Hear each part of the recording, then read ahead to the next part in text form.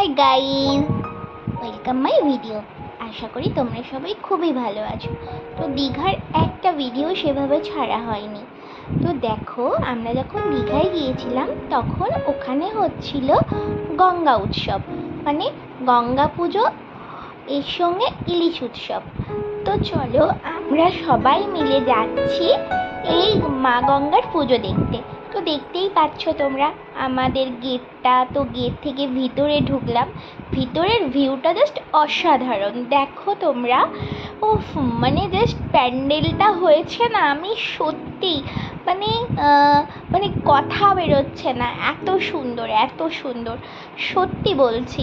মানে স্যালুট করতে ইচ্ছা করছে যারা এই কাজটা করেছে তাদেরকে। তো দেখো আমরা মানে এসে গেছি যেখানে মায়ের পুজো হচ্ছে সেখানে। তো তোমরা দেখতেই পাচ্ছ এখানে শুধু যে মানে যেই মানে যেখানটা আমরা ঢুকবো তার সামনেটায় সবাই কিন্তু সেলফি অ্যান্ড ফটো তুলতে ব্যস্ত আছে। এই দেখো, এই হচ্ছে ভিতরে মা গঙ্গা।